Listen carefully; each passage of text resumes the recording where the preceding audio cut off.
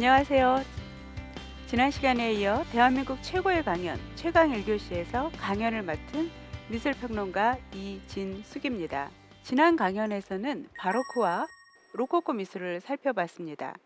17, 18세기는 종교개혁 이후 절대왕정 체제의 정립, 그리고 그 이후에 펼쳐진 화려한 귀족 문화에 이르기까지 계급과 신분으로 인간이 표현이 되어 왔습니다.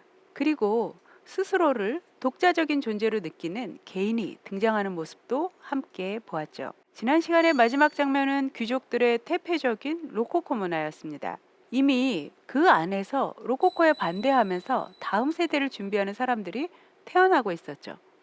바로 프랑스 혁명의 근간이 되는 계몽주의 철학자들이었습니다.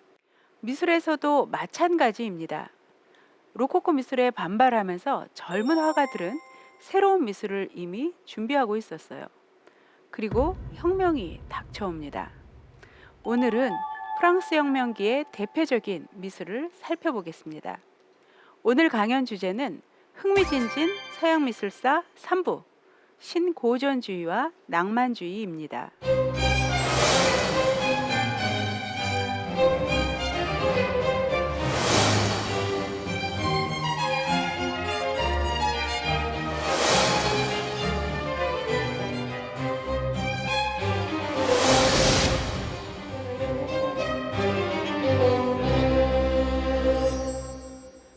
로코코에 대한 반발로 고전 고대에 대한 관심이 다시 높아지기 시작하죠.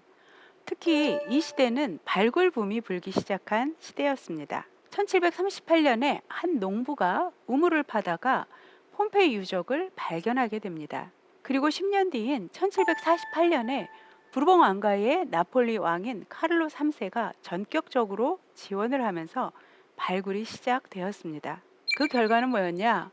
고전 고대가 책 속에 있는 죽은 것이 아니라 살아있는 현재로 느껴지기 시작했습니다. 지금 보시는 것처럼 러시아 화가 칼 브룰요프는 폼페이 최후의 날을 상상하며 그림을 그리기도 했죠. 신고전주의 화가 다비드도 폼페이를 방문하기도 했습니다. 이런 맥락에서 오랫동안 잊혀졌던 그리스가 주목받기 시작합니다. 서양 문명의 원류인 그리스는 16세기부터 터키의 지배를 받고 있었는데요. 고전 고대에 대한 관심이 높아지면서 유럽의 지원으로 그리스는 마침내 1830년 터키로부터 독립하게 됩니다. 또 고대의 유물과 예술품에 관한 관심을 폭발시킨 저작이 하나 발표가 됩니다. 독일의 예술사학자 빈켈만이 쓴 회화 및 조각에 있어서의 그리스 미술품의 모방에 관한 고찰이라는 아주 긴 제목의 책이 하나 발표가 되는데요. 여기서 새로운 미학의 방향이 제시됩니다. 그는 그리스 스타일을 고귀한 단순함과 고요한 위대함이라고 정리했습니다. 장식적이고 변덕스러운 로코코 문화의 대안을 발견한 것처럼 보입니다. 이는 신고전주의 미학에 큰 영감을 주었습니다. 이렇게 고전 고대에 관한 관심이 증대하면서 지식인들 사이에서 새로운 유행이 일어나게 됐어요. 바로 그랜드 투어의 대유행입니다. 그랜드 투어는 서양 문화의 원류인 로마를 방문하는 장기 여행을 의미했습니다. 지금 우리가 보고 있는 이 그림은 요한 티슈바인이 그린 로마 깜파니아의 괴테라는 작품입니다. 괴테는 1786년부터 2년간 이탈리아를 여행하죠. 그리고 아주 큰 감동을 받습니다. 그리고 그 감동을 이탈리아 여행기라는 책에 쓰게 됩니다. 로마에 가서 괴테는 내가 드디어 세계의 수도에 왔노라고 아주 감회에 젖어서 이야기를 하게 되죠. 그 순간 괴테는 독일을 넘어선 유럽의 지식인으로 당당하게 성장하게 됩니다. 그랜드 투어는 비라틴 계열 국가 출신의 지식인들이 서구 문화의 원류에 융합되는 과정이라고 볼 수 있습니다. 저는 지금 이 강의를 듣는 여러분도 그랜드 투어 중이라고 생각합니다. 요즘 유행하는 표현으로 하면 방구석 그랜드 투어죠. 우리와 상관없어 보이던 서양 미술을 감상하고 지식을 쌓고 또 그를 통해서 우리의 삶을 돌아보는 것은 우리가 세계적인 수준의 지식인으로 성장하는 과정이라고 생각합니다. 서구 문화의 뿌리와 우리의 현대적인 삶을 융합시키는 과정이기도 하죠. 이렇게 그랜드 투어의 대유행과 함께 등장한 신고전주의는 고대 그리스, 로마 문화를 그 정신적인 기원, 미학적 근거로 삼는 보편지향적인 운동입니다. 예를 들어서 게빈 해밀턴은 스코틀랜드 출신 작가지만 로마에서 살다가 로마에서 죽었습니다. 폼페이 최후의 날을 그렸던 칼 브롤리오프는 러시아 화가지만 오랫동안 로마에서 유학했습니다. 빈켈만, 그리고 그의 초상화를 그린 맹스, 괴테 등은 독일인이었습니다. 신고전주의 거장이라고 일컬어지는 다비드와 그의 제자 앵그르는 프랑스 사람이었습니다. 이들은 국적과 전혀 상관없이 유럽의 보편적인 정신적인 기반인 고전 고대 문화를 사랑했죠. 그리고 그리기 방식에 있어서도 개성보다는 전범, 즉 전해져 내려오는 예를 따르는 것을 좋아했습니다. 그래서 신고전주의 작가의 작품들은 거의 비슷해 보입니다. 주제도 고전고대의 신화나 역사적인 주인공, 영웅담을 선호했습니다. 특히 프랑스에서는 프랑스 혁명의 발발과 함께 신고전주의 미학이 아주 튼튼하게 뿌리를 내리게 됩니다. 여러분들이 보시는 이 그림은 다비드의 호라티우스 가문의 맹세라는 작품입니다. 프랑스 혁명이 일어나기 직전에 그려진 그림이죠. 이 그림에 담겨있는 이야기는 리비우스의 로마 건국사로 올라갑니다. 재밌게도 이 그림을 주문한 사람은 프랑스 혁명으로 단두대에 이슬러 사라지게 되는 루이 16세예요. 루이 16세가 다비드에게 애국적 희생을 주제로 그림을 하나 그려달라고 주문을 했던 겁니다. 더 이상 로코코 문화로는 지탱할 수 없는 위기가 오고 있다는 것을 누구나 느끼고 있었던 거죠. 물론 다비드의 그림은 루이 16세의 상상을 뛰어넘는 것이었습니다. 이것은 완전히 새로운 세대의 그림이었어요. 이전의 고전 대가들의 전범에 따라 그린 그림이죠.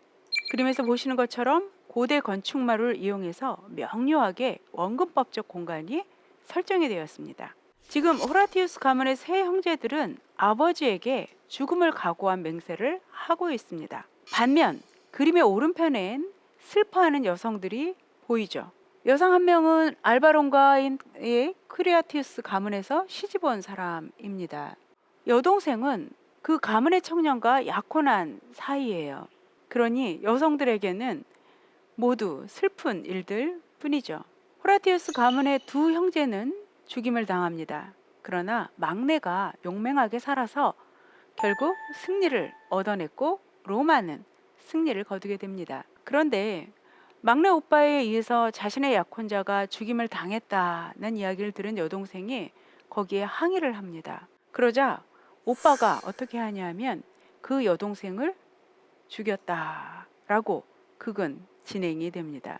정말 공익을 위해서 사적인 감정은 철저히 배제된다는 이야기입니다. 그리고 그림 안에도 공간이 완전히 나누어져 있습니다. 사실 이렇게 남성과 여성을 별개의 영역으로 나누는 것은 계몽주의 철학자 루소의 영향입니다. 루소는 사회계약론에서 남성은 이성, 여성은 감성이라는 도식을 확고히 합니다. 프랑스 혁명이 여권 신장에 철저히 눈을 감았듯이 신고전주의 미술의 주인공은 바로 남성, 영웅입니다. 이 그림은 다비드가 그린 성 베르나르 협곡을 넘는 보나파르트라는 그림입니다. 다비드는 프랑스 혁명에 적극적으로 개입을 했고요. 후에 나폴레옹이 집권을 하자 나폴레옹의 궁정화가가 되었습니다. 그리고 그는 지금 미술사 최고의 영웅 이미지를 완성했습니다. 다비드는 지금까지 그려졌던 모든 군주기마상을 점검하고 최고의 완결판을 만들어냈어요. 사실 기마상은 군주를 찬양하는 최고의 도상입니다. 신은 말이 필요하지 않죠? 그냥 공간 이동할 수 있어요. 농부는 말을 타기보다는 경작에 사용합니다. 말을 타고 세상에 군림하는 자는 바로 군주입니다. 말을 잘 다루는 기술은 그의 통치력을 보여주는 행위이기도 하죠. 다비드가 참조한 작품들입니다. 맨 왼쪽에 있는 것은 벨라스케스가 그린 말을 탄 올리바라스 대공이라는 그림이에요. 스페인의 필리페 4세 때의 공작이었는데요. 기마술에 능했고 군사적인 능력이 뛰어났습니다. 가운데 있는 것은 베르니니가 만든 콘스탄티누스 대제의 기마상입니다. 바티칸에 있는 조각이죠. 이러한 여러 기마상들의 전례들을 검토하고 그것을 뛰어넘는 초월적인 영웅상을 만들어내는데 다비드는 성공했습니다. 말은 흥분해서 앞발을 들고 있어요. 그러나 말을 탄 영웅은 조금도 흔들림이 없습니다. 어떤 역경에도 동요하지 않은 단호한 영웅상, 혼란에 빠져 길을 잃은 대중들에게 손을 들어서 갈 길을 제시하는 세속의 신 같은 모습, 그렇게 나폴레옹은 묘사가 되어 있습니다. 지금 나폴레옹은 알프스를 넘어가고 있는 중이에요. 알프스를 넘어서 이탈리아를 침범한 오스트리아와 멜랑고 전투를 치르게 되는데요. 여기서 나폴레옹은 혁혁한 전투를 거두게 됩니다. 다시 한번 전 유럽의 명성을 떨치게 되죠. 그림은 나폴레옹이 전설적인 영웅들의 계보를 잇는 인물이라고 보여줍니다. 말의 발 아래쪽 바위들에 이름이 새겨져 있어요. 보나파르트, 한니발, 샤르마뉴라는 세 이름입니다. 한니발은 알프스를 처음 넘은 카르타고의 명장입니다. 샤르마뉴는 9세기 프랑코 제국의 왕으로 가장 큰 유럽의 왕국을 건설했던 왕이에요. 샤르마뉴처럼 프랑스와 독일을 포함한 거대한 제국을 건설하려는 나폴레옹의 야망이 보이는 그림입니다. 프랑스 혁명의 혼란 속에서 나폴레옹은 등장했죠. 국민의 대표로 선출된 대통령이었지만 나폴레옹은 혁명을 뒤집고 스스로 황제가 되었습니다. 혁명의 찬탈자라는 비판 속에서 그는 스스로를 영웅화했어요. 흥분한 말 위에 제복을 입은 늘씬한 꽃미남이 망토를 휘날리며 달리고 있는 모습. 이것이야말로 진정한 신고전주의적인 포토샵입니다. 여러분들도 잘 아시다시피 나폴레옹은 그렇게 키가 크지 않은 사람이에요. 그러나 비례의 아름다움을 중시하는 고전주의적인 방법론은 어떤 사람이든 이렇게 결점 없는 이상적인 존재로 표현하게 됩니다. 자, 시선을 조금만 다르게 해도 그림은 완전히 달라집니다.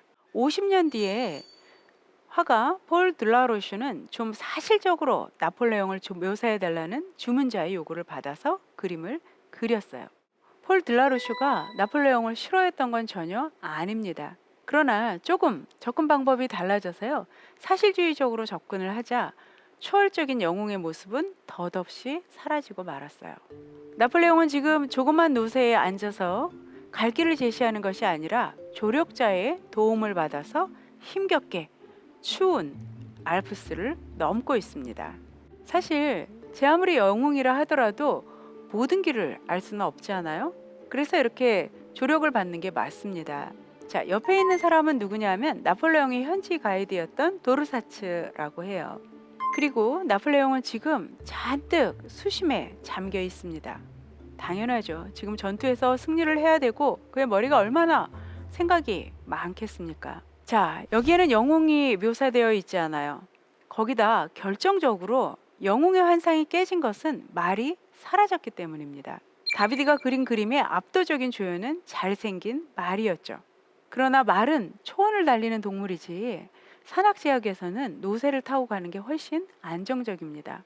그런데 노새를 탄 영웅 별로 그닥 어울리는 이미지는 아니에요. 사실 이 그림은 원래 프랑스 혁명 기간 동안에 처형당했던 루이 16세의 먼 친척벌이었던 스페인 카를로스 4세가 주문한 그림입니다. 그리고 다비드가 그림을 그려보니까요, 꽤 괜찮았어요. 그래서 다비드는 이 그림을 4개를 더 그립니다. 하나는 자기가 갖고 나머지 3개는 또 다른 사람들이 소장을 하게 되는데요. 그만큼 원하는 사람들이 많았다는 이야기입니다. 구도는 같지만 그림마다 말의 색깔이 달라졌고 나폴레옹이 입고 있는 옷 색깔의 뉘앙스가 달라졌습니다. 이런 완벽한 영웅을 그리는 방식은 아이러니컬하게도 히틀러나 스탈린 같은 전체주의 수괴들이 사랑하는 미술 방법론이 되기도 했습니다. 이런 영웅화 속에서 진실은 사라졌어요. 다음 세대 예술가들은 다시금 진실을 찾아 몸부림치게 됩니다. 그것은 낭만주의 운동으로 이어집니다. 이성과 전례, 그리기 법칙을 중시하는 신고전주의에 반대해서 낭만주의자들은 감성과 독창성을 추구하게 되죠.